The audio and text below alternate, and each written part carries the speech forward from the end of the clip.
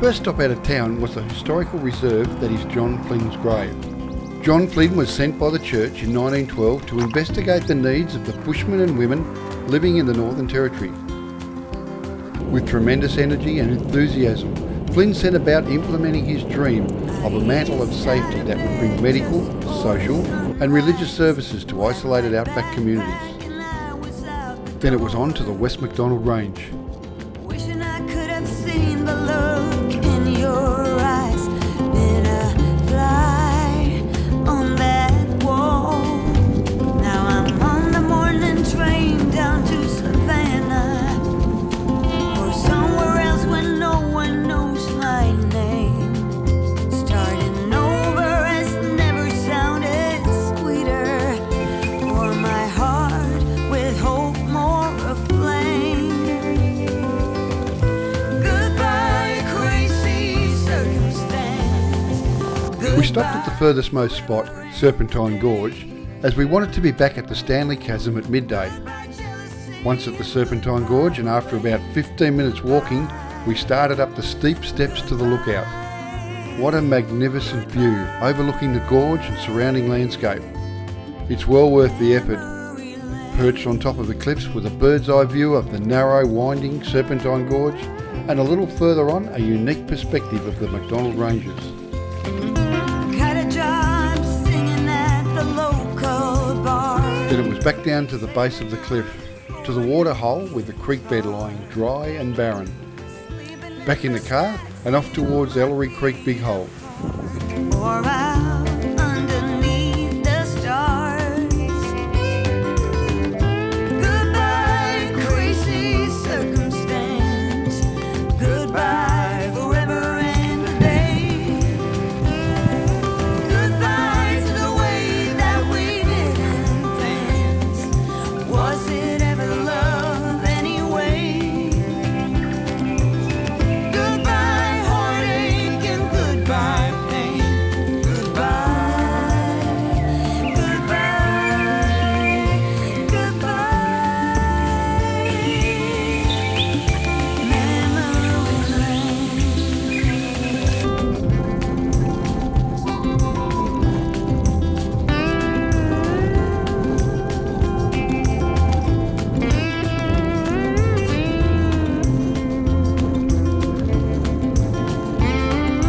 The Ellery Creek Big Hole is a spectacular water hole on the mighty Ellery Creek, which cuts through a gorge in the West MacDonnell Ranges. Thousands of years of massive floods have carved out this beautiful permanent water hole and unlocked some amazing geology. After a short walk, you are rewarded with excellent recreational opportunities, walking, swimming, picnicking, and there's a camping area to the left of the day-use parking area. circumstance. Goodbye, forever and a day. Goodbye to the way that we didn't dance. Was it ever love anyway? Goodbye, heartache, and goodbye, pain. So long crying in the rain. Goodbye, jealousy, and goodbye, blame. Goodbye, goodbye, goodbye, goodbye, memory lane. Goodbye.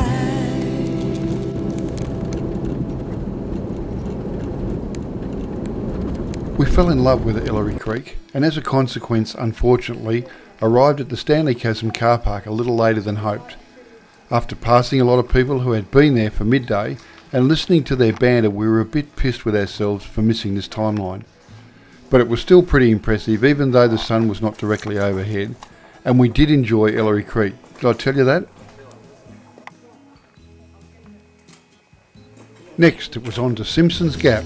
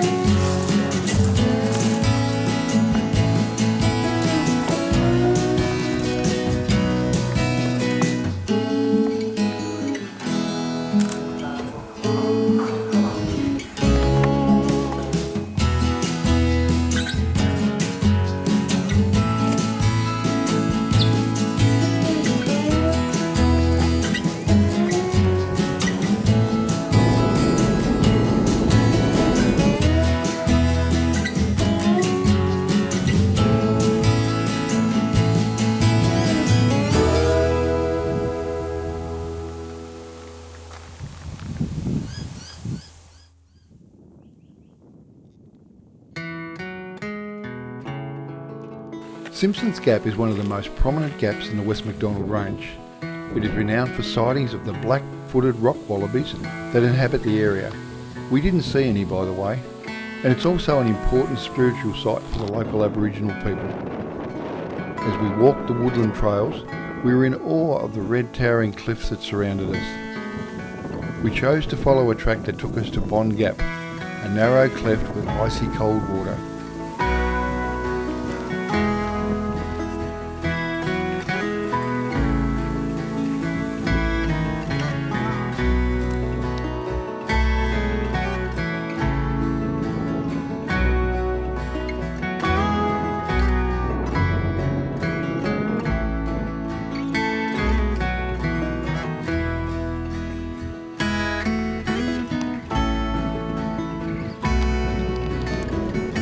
Then it was time to head back to Alice Springs.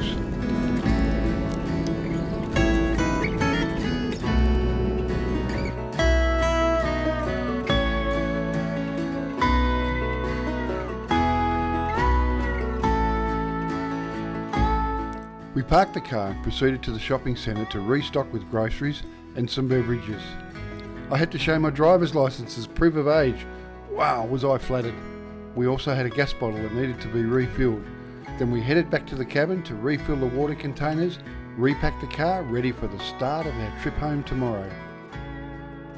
As we left the bitumen behind, it was time to drop those tyre pressures. Travelling down the Old South Road, this would be the start of many kilometres of gravel road. Redinga was one of the original fettlers camps established during the extension of the old Garn Railway to Alice Springs line in the 1920s. For those that don't know, a fettler is a person that was employed to maintain the railway tracks. As we got underway, the soft sandy track had recently been graded and there were railway spikes littering the side of the road, so with some 250 kilometres to go, some extra care was needed to avoid these.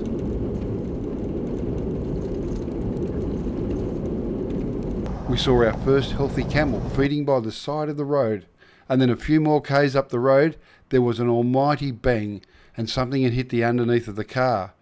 We stopped to check it out and found a very, very flat tyre. Bugger! We travelled a lot slower now because we could see these spikes not only on the side of the road but littered all over the road. These had been stirred up by the recent grading activity. A stop at Benduma siding made a great spot for morning tea.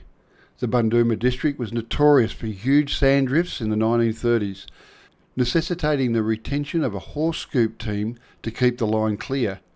Following the outbreak of World War II, extra passing sidings were laid. Additional fettling gangs and barracks were established at many locations along the way. Demineralised towers were built along the track so that bore water could be used and new bores drilled. Ingordina and Rumbalara sidings are the next two before we arrive at Finke.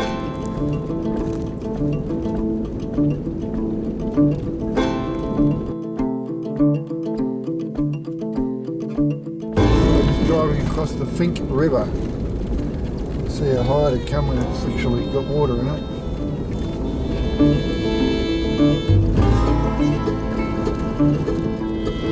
We finally arrived and crossed the dry Finke River.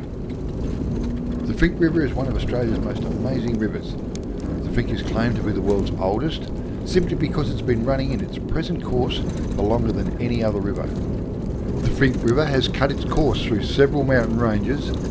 This signifies that the river was in place before the mountains started rising, allowing the river to cut through the rock. The Finke River now only flows once or twice a year during flood. Finke was established in 1929 during the extension to the railway line from Unadada to Alice Springs. Yep. My understanding you drive through Finke. The land was traditionally used by various groups of the lower Arendo people, whose descendants now live in Finke and have taken over the responsibility of running the community following the closure of the railway in 1982.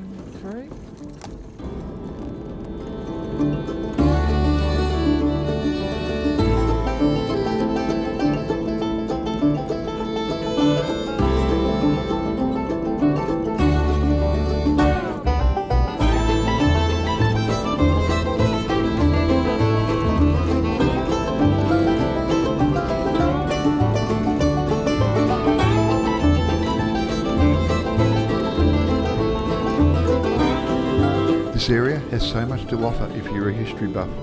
Even if you're not, like me, it continues to remind us of some of the sacrifices that were made to open up this amazing country.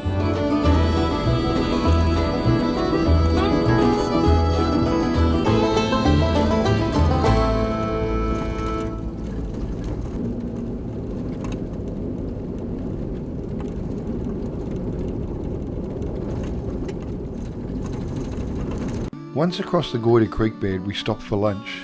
This was a great relief, as we had reached this point without being spiked again. For now, we had left the old gun track and were headed for Unadada.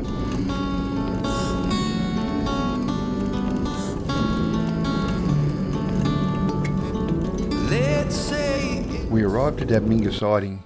This siding was the rail siding used for both Bloods Creek and Mount Deer. All that's left is the remains of the Fettlers' cottage, discarded sections of railway track and some fences. The area was surrounded by masses of purple wildflower for as far as the eye could see. The Aringa waterhole still had some water left in it. The road by now had become quite rough in places, and we were down to an average of 24 kilometres an hour.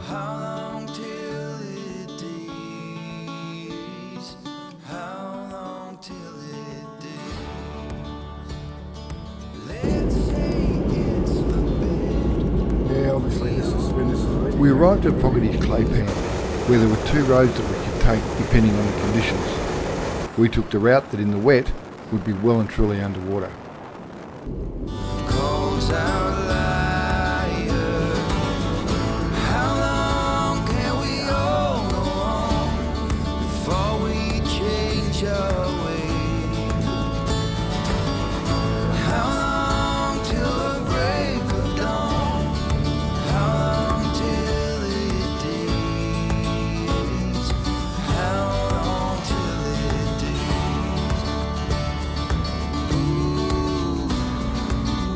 Then it wasn't long before we joined the main Unadada track, and 17 kilometres later we were in Unadada.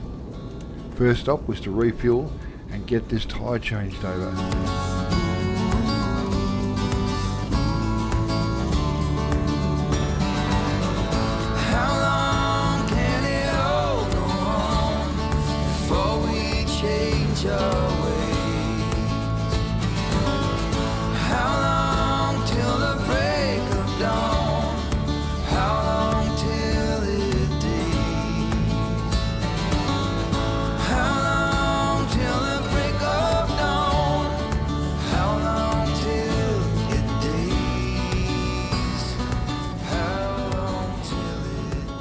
We were told that there's a place just out of town where you can camp, and it's just like camping in the desert.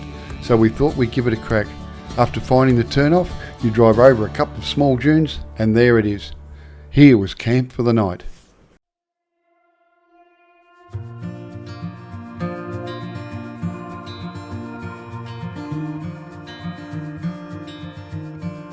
Close your eyes. Get some rest. I'm by your side. Lay your head on my chest. I know you've had a really bad day. We were up nice and early today as we want to make Cooper Pedy by tonight. Akaringa Hills is north of Cooper Pedy in the region known as the Painted Desert. It is geologically significant as it illustrates the effects of prolonged weathering. The rugged landscape, the result of an ancient inland sea, is a South Australian example of terrain known as badlands or breakaway topography. It is an area of striking scenic value with a range of red, brown and yellow bands in the cliff formations. Don't let go. I understand. I know it hurts. It wasn't fair.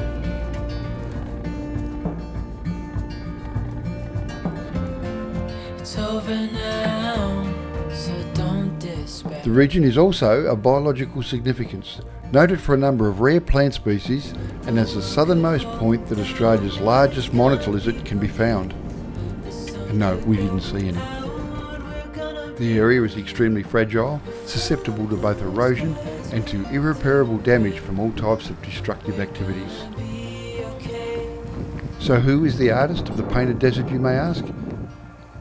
It's all thanks to Mother Nature, who has taken 80 million years to create this masterpiece, which we can enjoy just like many other tourists and photographers. Stunning at sunrise, sunset, or during the day, the name says it all. And from the Akaringa homestead, the changing looks of the desert hills are in distant but ever-present view all day long. It's gonna be okay. The sun could go out. We're gonna be okay. If all the blue skies fade to gray, we're gonna be okay.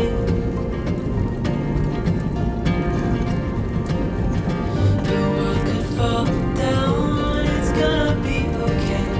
I The agree. sun could go out. We're gonna be okay. If all the blue skies fade to gray, we're gonna be okay.